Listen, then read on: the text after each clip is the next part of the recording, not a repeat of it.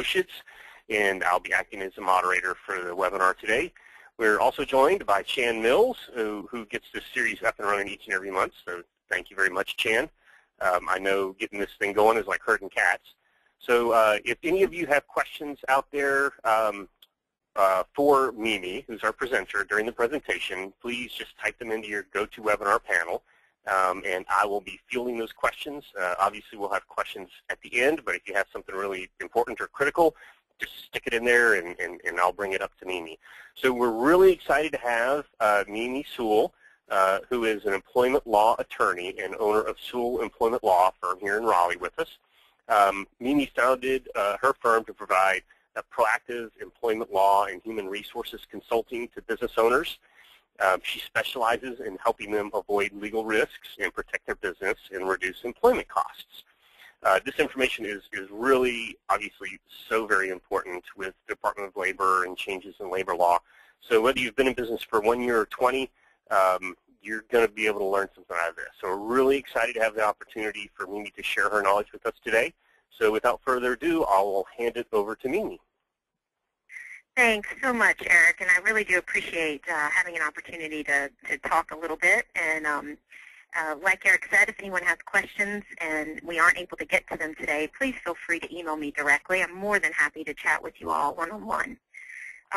So without further ado, I know I've only got about 30 minutes, and I hope I won't talk your ear off and bore you to death, but I want to talk a little bit about not just what I'm seeing with clients with respect to the Department of Labor and issues that they've had, but I also want to give you some practical advice on how you can prepare yourself in the event that you ever get a knock on the door from the Department of Labor. So just let's go ahead and turn to the presentation, and forgive the crying baby on the front, but most of my clients, when they do get that knock, that's typically what I see is this absolute concern of I have no idea what I need to do at this point. So let's hope with this presentation that we get you guys in a better place. So if we move to our first slide, let's see if I can get that to work. All right, just real quick, our presentation, we're going to talk very briefly about some hot topics, meaning things that I'm hearing from clients with respect to Department of Labor audits and complaints. What I want to focus mostly on today is documentation and how that's, in my opinion, the best way to really protect yourself. With respect to audit prep and complaint process, we're really going to focus on the complaint process.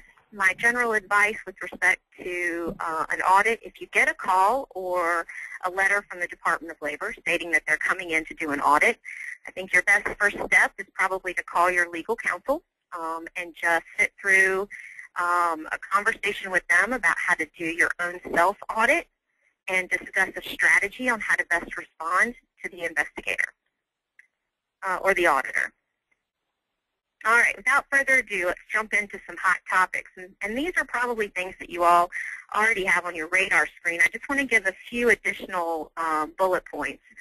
Of course, there are multiple hot topics right now at the Department of Labor, but in my opinion, these are the top three. The first one, of course, has to do with how you classify your staff. First issue is always, am I classifying them properly as an independent contractor, or should they be classified as employees?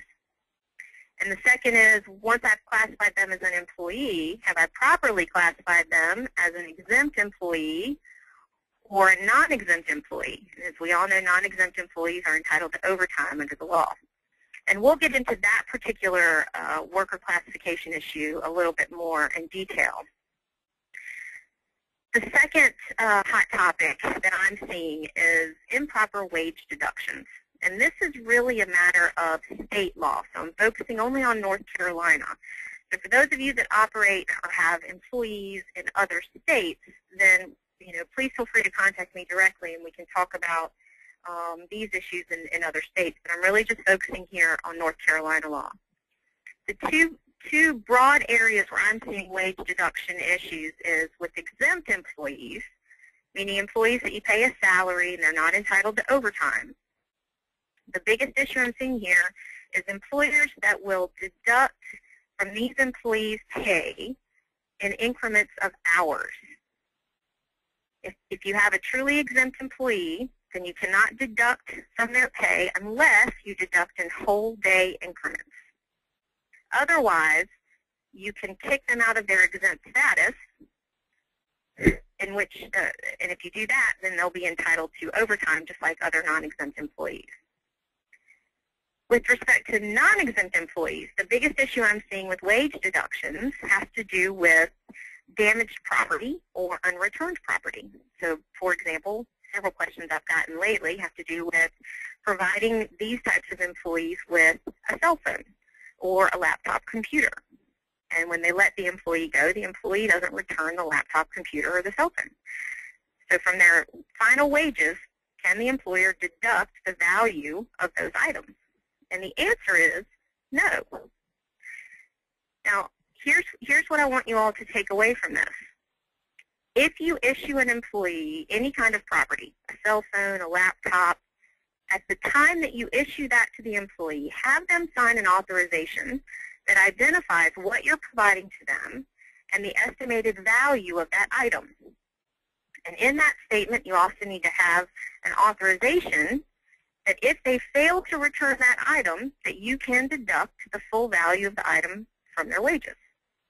If you have that authorization in place the time that you provide the property to the employee, then you can make the deduction. So that's what I want you all to take away. If you're providing property to employees, you want to make sure that that you have them sign a document at the time that you provide the property to them. And the last issue I'm just going to touch on very quickly here is a failure to pay for all hours worked. With respect to on-call, a lot of businesses will not provide for on-call pay. Now, the glitch here is, in North Carolina, if the employee is actually on call and you require them to be at or close to the premises while they're on call, then it's paid time. If it's on-call time and you're not requiring them to be at your facility or within, a short distance of your facility, then it doesn't have to be paid. With respect to after-hours work, what comes up often now is if I issue an employee a cell phone or a PDA, and I have a manager that likes to email my employees late at night, well, if they're non-exempt employees and they respond to an email at night, that time is paid time. And the last thing I want to touch on is break time. As most of you know, under North Carolina law, you're not required to provide breaks to any employees. But if you do provide a break, if those breaks are less than 30 minutes, then those breaks have to be paid. If they are more than 30 minutes, then they do not have to be paid. All right. So that's a sort of quick and dirty of some primary things I'm seeing right now. But let's sort of jump into our primary topic here. I think we've skipped a few. Oh, here we go. All right. So the first issue when you're hiring or looking to add to your current workforce, the first thing that you want to look at is, again, we're talking about classification, is am I hiring this new individual as an employee, meaning I'm paying them with a W-2, Form W-2, and I'm pulling out taxes from their payroll? Or am I going to hire them as a contractor, meaning that I'm paying them with a oh, goodness gracious, a 1092, and I'm not taking out taxes? So the primary issue here is, and as most of you have probably heard, if you look at the last bullet on this slide, it's, the issue really focuses on, do I have control over this new worker such that I am controlling how they perform the job? Now, what does that exactly mean? And where this comes down is essentially a list of questions that the IRS has created. And the test used to be called, and many of you might have been familiar with this, the test used to be called the IRS 20-factor test.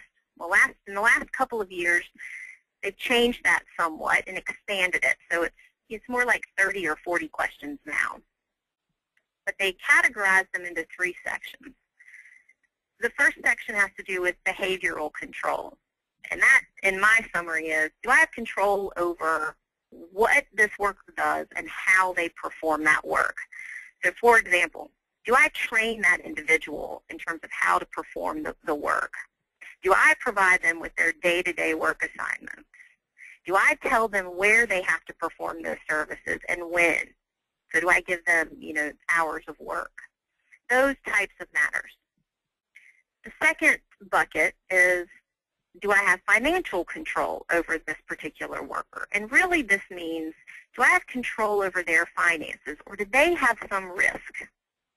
So for example, do I provide them as the employer with all of the resources and equipment that they need to perform the job? Do I reimburse them for any of their expenses like travel or other types of reimbursable expenses that you would with an employee, like food expenses or hotel, that sort of thing? Do I pay them in the same manner that I pay all their other employees? So these are types of things that the IRS looks at in terms of, financial control. Hey, Mimi? And the last, yeah. So it sounds like it's more a matter of control versus term of employment. So I know other people have done that, and I'm not saying that I have done this, at least in the last couple of years.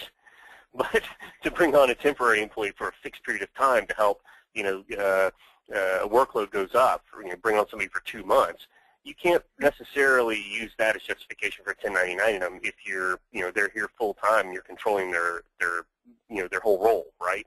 Correct. Absolutely. And absolutely. It really doesn't have anything to do with the length of time.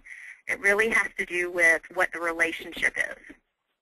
So often what you see in that particular scenario, Eric, is you're bringing on a temporary employee who, let's say, also provides services for other companies in the area.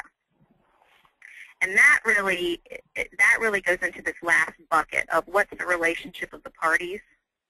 So if you're bringing in a temp, and we'll go through that quickly, but if you're bringing in a temp that also does work for other companies, then it's more than likely that that person is going to perhaps could fit more in the contractor bucket, and you could 1099 them. Gotcha. Right, but the length of time, whether it's 1 week or 1 year, doesn't really play into the decision. Good question. So the last bucket, again, has to do with what's the overall relationship of the parties, and I think this is where the IRS really expanded its questions. And this comes down to things like, do we hold this individual out to the public as an employee? So do I give them business cards?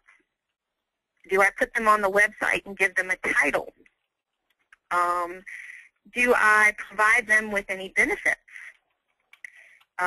Things like health insurance or workers' comp coverage, vacation.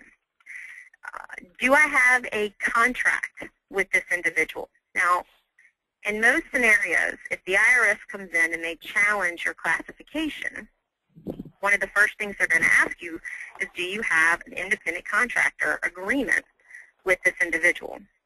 It's your contractual agreement that governs that relationship. Labor and employment laws, state and federal, govern the relationship between an employer and an employee. So what the IRS wants to know is if you are treating them like you would all other employees, or are you treating them separately under different terms in an independent contractor agreement. Now, the second bullet on this page, you'll see I've provided a link. So if you want to see the entire list of questions, if you just go through that link, it should take you directly to the IRS page where that lives. All right, so once we go through our classification and we decide that the individual that we're bringing on board is an employee, then we have a second classification question. And that should be, is this employee coming aboard as an exempt employee, or are they non-exempt and thus entitled to overtime? So here's my rule of thumb. My rule of thumb that I provide to all my clients is whenever you bring someone on, you need to assume that everyone is non-exempt unless they fall into a specific exemption or exception under both state and federal law. The primary, I've listed a few here on this slide. These are the primary, what they call white-collar exemptions. It's your executive employees, your professional employees, administrative, computer professional, and outside sales. Now, I'm going to focus primarily on the top three. You guys have heard this, I'm sure, before. The top three are the most common, and what I've listed here are exemptions that are under both North Carolina and federal law. However, not all states offer all of these exemptions. So, however, most states offer the top three. So we're going to focus on the top three: executive, professional, and administrative. All right, so this, again, is a very brief summary, and one that you probably have heard before. But the first exemption is for what we call executive employees. So these are the primary bullets here. So you have to pay in order to meet this exemption, you have to pay the employee on a salaried basis. The employee's primary duty has to be management of the company or management of a department within the company. And the other key piece here is we can't just call them a manager. Their primary duty has to actually be managing 2 or more full-time employees. So I'm going to give you a quick example. I represented a large national retailer several years ago, and we were defending a lawsuit filed by assistant managers in this retail industry who were working 60, 70 hours a week, and we'd classified them as exempt executive employees, so we were not providing them with overtime. Well, they filed a lawsuit claiming they were not exempt and they were entitled to overtime pay. So the issue came down to this.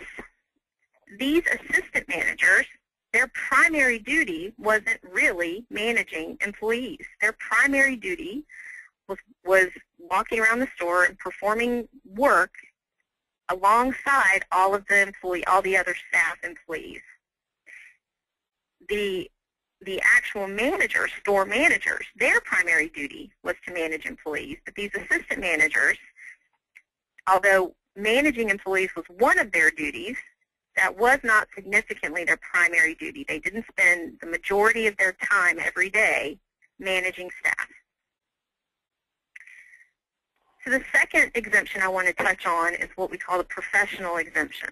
And again, the primary bullets here to take away are you have to pay this employee a salary, and their primary duty has to involve advanced knowledge in the field of science and learning. So what does that mean? This exemption really applies to people like me, attorneys, doctors, CPAs, some engineers, people that have gone to work or gone to school for an extended period of time in order to earn a degree. And their job is to provide advice or counsel on a matter of science or learning. The last exemption, the administrative exemption, I think is the most abused and where the most confusion lies, because most people think an administrative exemption, well, that should apply to anyone that does administrative work. Unfortunately, that is not the case. So to meet this exemption, you have to pay the employee on a salaried basis. Their primary duty has to be office or non-manual duties that relate directly to the management of the business. And their primary duty also has to require independent judgment on matters of significance. Okay, so what does that mean in plain English? I think the easiest way for me to explain it to you is to give you some examples of who would be an exempt administrative professional. Administrative employee. So this exemption would apply to individuals typically working in a human resources capacity. They may be in a payroll or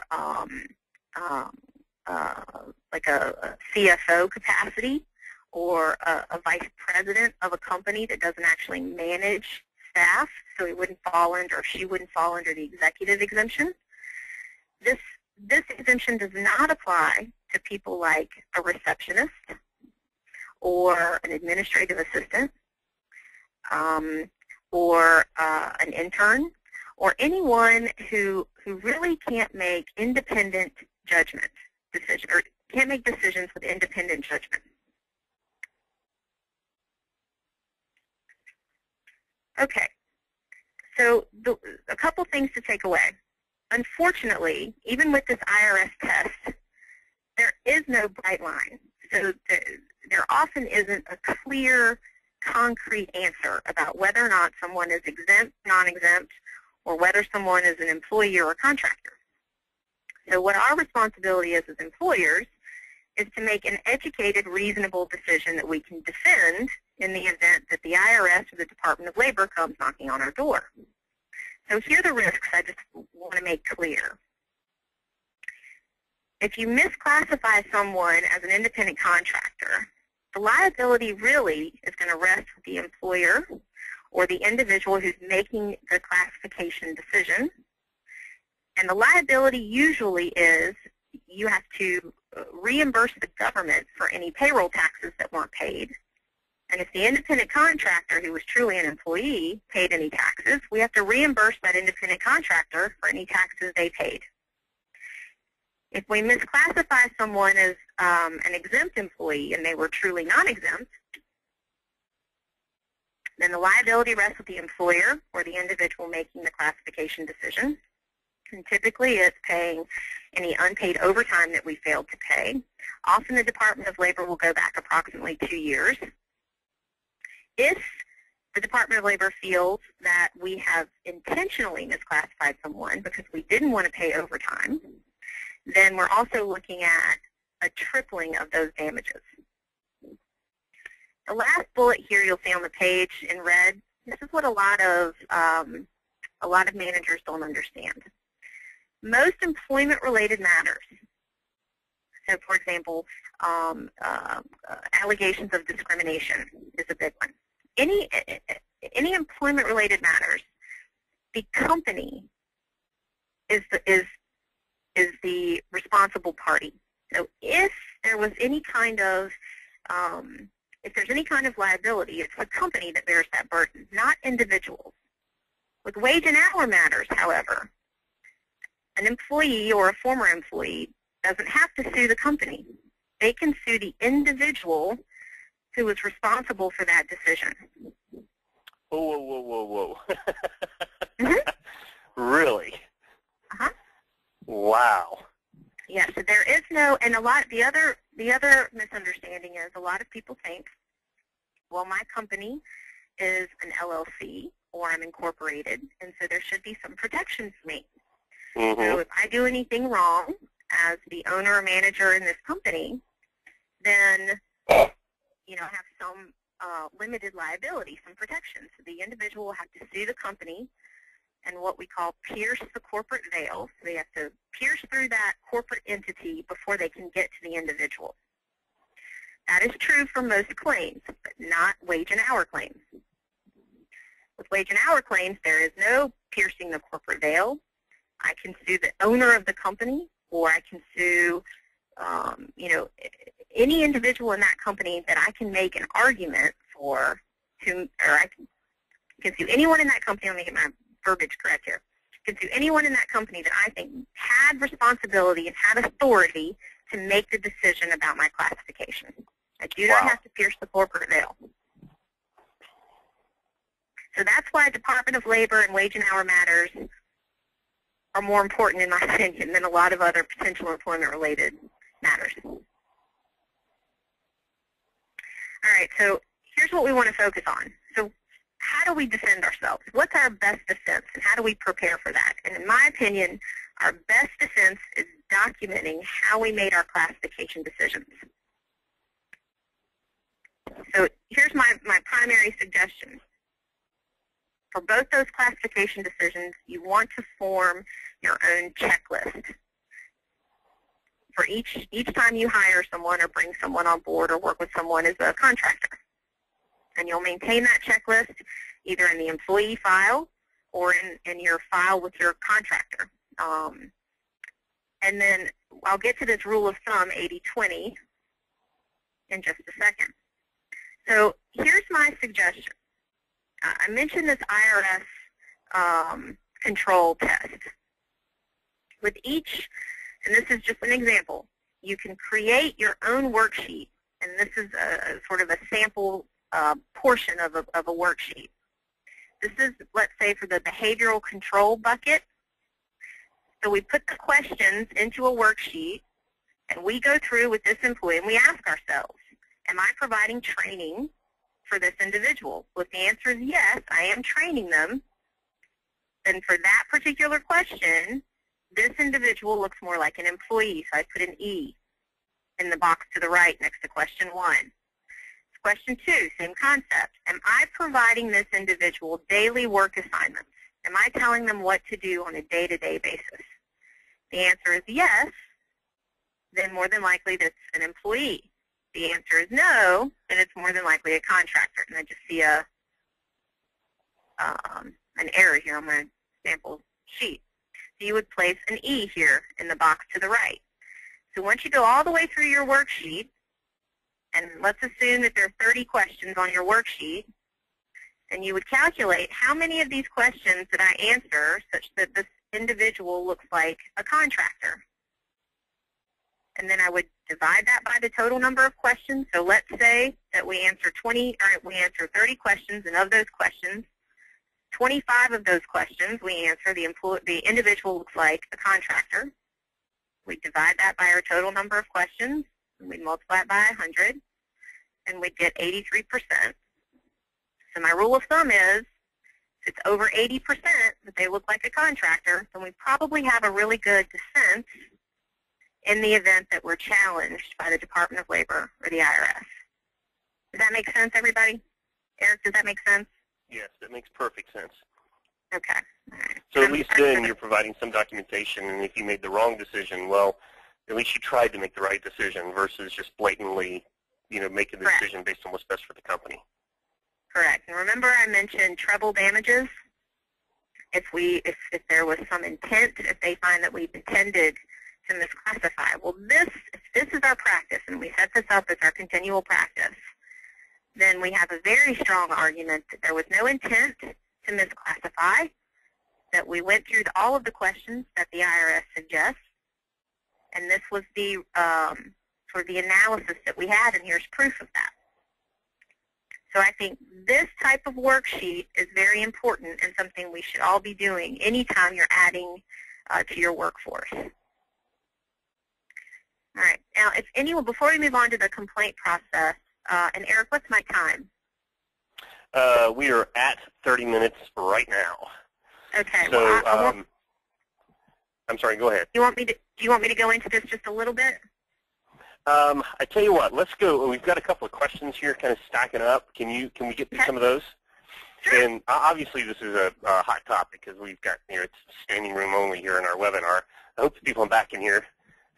But maybe what we could do is have you back to kind of take a deeper dive into some of this other stuff too. So the first question is the training and instruction requirement for whether they are a contractor or not. What if that is given to the contractor? Let's see here. Is training on company IT requirements? So you're training them not on anything specific to your business, but more on overall general computer technology. Okay, so if what we're doing is we're providing someone with information on how to access our information, then that's not training that I think would swing us over to an employee relationship. If what we're doing is, let's say I'm hiring, let me give an example. I had a client that essentially one of the things that they do is they build websites. And they were bringing in someone, and they wanted to bring them in as a contractor. But this person they were bringing in, although they had some knowledge about how to build websites, the company was going to have to put them through some training to teach them how to do it. If we're providing substantive training on substantive matters on how to perform the work or the job, then that's more like an employment relationship. If what I'm doing is simply training this person on how to access the information, so here's where we keep information about client X, and it's a project for client X that I want you to work on for me, and if it's just training on how to access that information, then that is more like a contractor type of relationship. Perfect. Yeah, that makes perfect sense.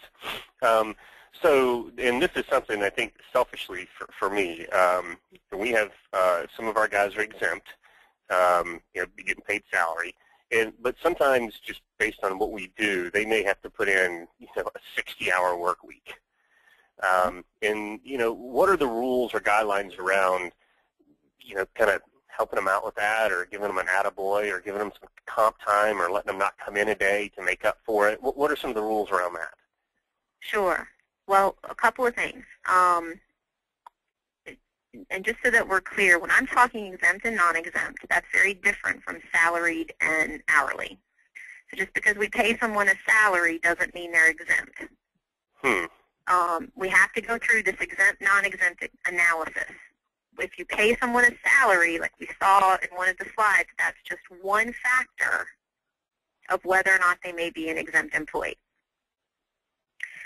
So with respect to your question on comp time, and with exempt employees, essentially you're paying employees and you're paying them a salary every week whether or not they work 40 hours or 60 hours. Now the only caveat to that is at all times we have to make sure we're paying employees at least minimum wage, but for most of our salaried employees we're probably hitting minimum wage.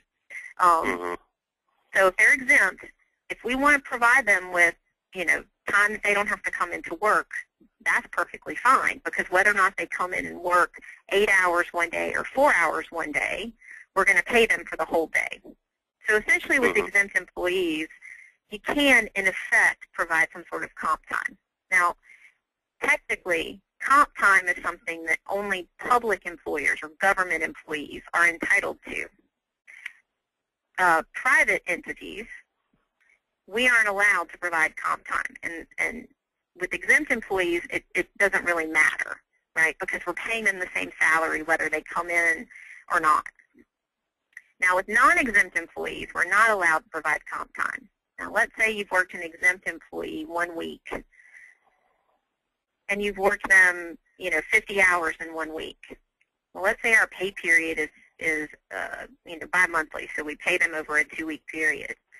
We can't then say, don't come in next week, or don't come in for 10 hours, or work 10 hours less next week, and then not pay them overtime. We can't do that. Someone incurs overtime in a work week, one work week, and we have to pay that overtime. We can't then essentially deduct that time in the subsequent week.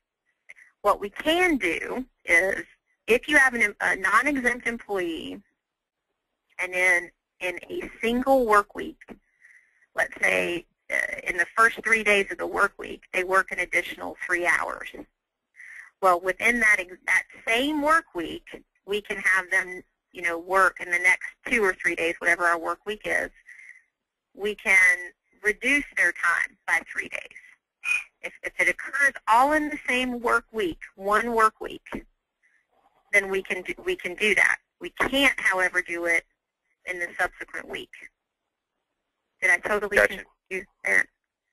No, I think I get it. But so the way we handle it is you work 40 hours a week normally, and if it's an exempt employee and they have to work all weekend on a customer project, and we say, hey, just take Monday off, then we're okay doing that.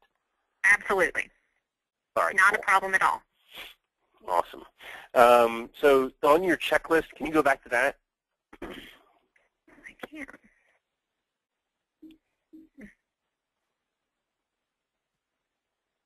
This one? And the question is, can you? I can pull up an entire worksheet. Would that be helpful?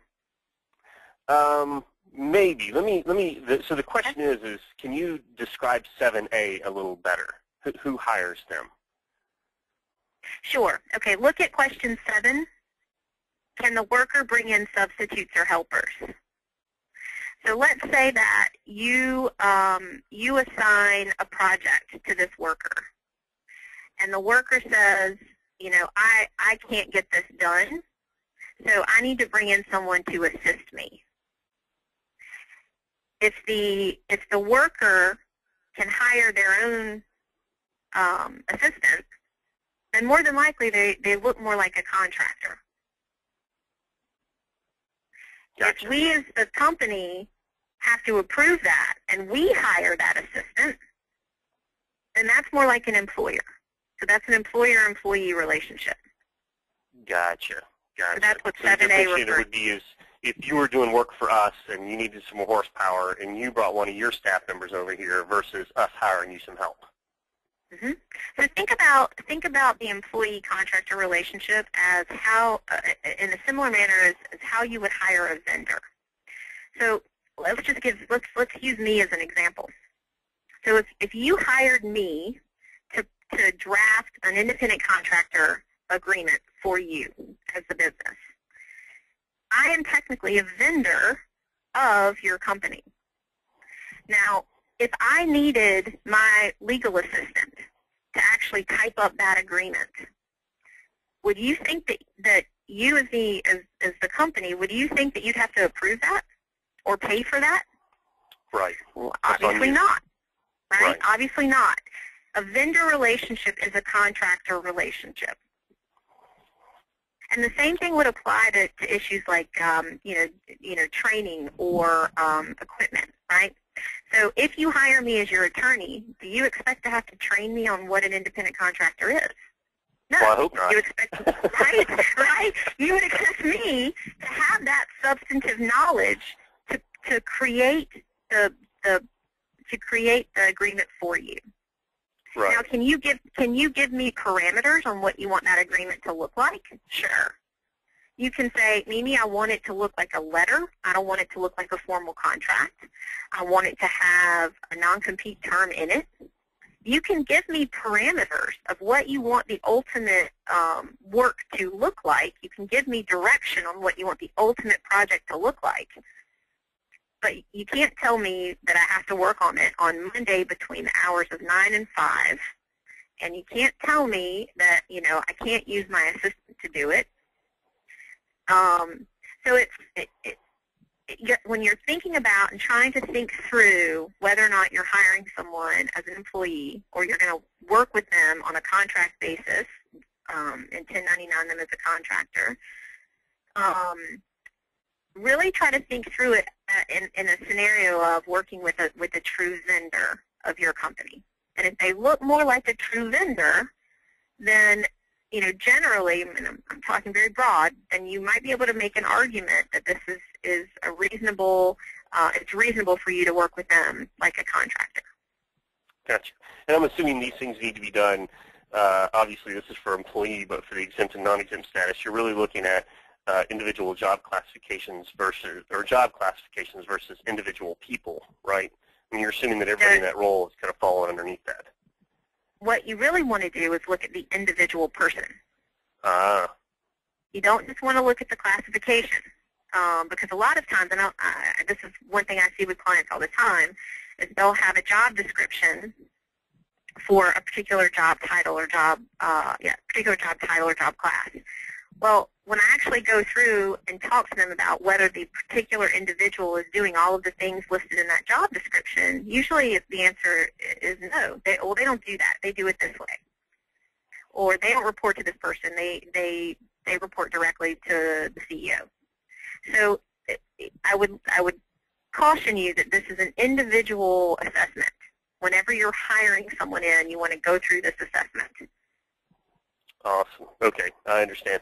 Look, we've got about 5 minutes left. We've got a couple of more questions here, but I don't want to put you on the spot here, but would you be willing to come back and do another one of these with us? Because obviously, based on the attendance and the questions we're getting, this is something that's really valuable, and I know you had a lot more to your presentation.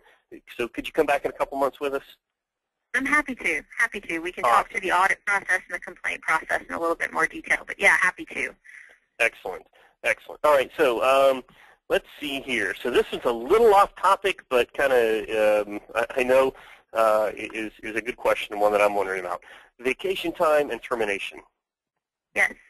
Some rules around that? Mm-hmm. This is a state-by-state rule. So again, for those of you with employees outside of North Carolina, we need to look at the particular state laws on this subject. In North Carolina, any accrued vacation, now we're not talking about sick leave, okay? We're talking about accrued vacation, is considered wages. North Carolina law says if we terminate an individual or they resign, that the employer has to pay the employee for all accrued unpaid wages following their resignation or termination on or before the next regularly scheduled payday. Now here's the exception. If we have a policy in place, a written policy that's been communicated to our employees prior to the resignation or the termination of the individual employee, and our policy states, upon termination or resignation for any reason, we do not provide out any or provide payment for any accrued vacation, then North Carolina law says I do not have to pay out vacation upon termination or resignation. So the answer here is, if you don't want to pay out accrued vacation when an employee leaves, or you want to create some leeway, you need to have a policy in place that clearly identifies and communicates to our employees that they're not entitled to that when they leave. Gotcha. I'm just writing that down to make sure that I come up with that policy here today. One other question. You stressed vacation versus sick. So in our particular example, we just kind of lump it all together as, PTO. Yep. If you lump it all together, if you lump it all together as PTO, then it's treated like paid vacation under the law. Gotcha. If you have right? So it's the same analysis that we just went through. If you have a separate vacation policy from a paid sick leave policy, paid sick leave is not considered wages under North Carolina law. So if you have a policy or not, you are not required to pay out accrued sick leave upon resignation and termination in North Carolina. Gotcha. All right, cool. We've only got a couple minutes left. Can you move to the point in your presentation with your contact information and all that? So I know there's a bunch of other questions here that I haven't had a chance to get to, and I want to make sure that people have an opportunity to get your contact info. Sure, of course. And, everybody, please don't feel hesitant to reach out to me. I put it here on this last slide, the last bullet here. I don't charge for initial consults. So if you call me or email me, I promise you will not get a surprise invoice. If you have any questions about anything that we have touched on, I know it was a quick review and summary of a lot of topic, or a lot of information. And if any of you have questions about anything we talked about or something related, please don't hesitate to reach out to me directly. Awesome. Mimi, thank you so much. And to everybody, we're going to make sure that we get Mimi back on here pretty quickly. And, of course, we've got our next webinar coming up at the end of next month. You should be seeing something about it. And if you have any questions for Mimi, please note her email there, and I'm sure she'll be more than happy to help you. So thank you all very much, and a special thanks to you, Mimi. Oh, my pleasure. Thanks so much for having me. All right. Have a great week.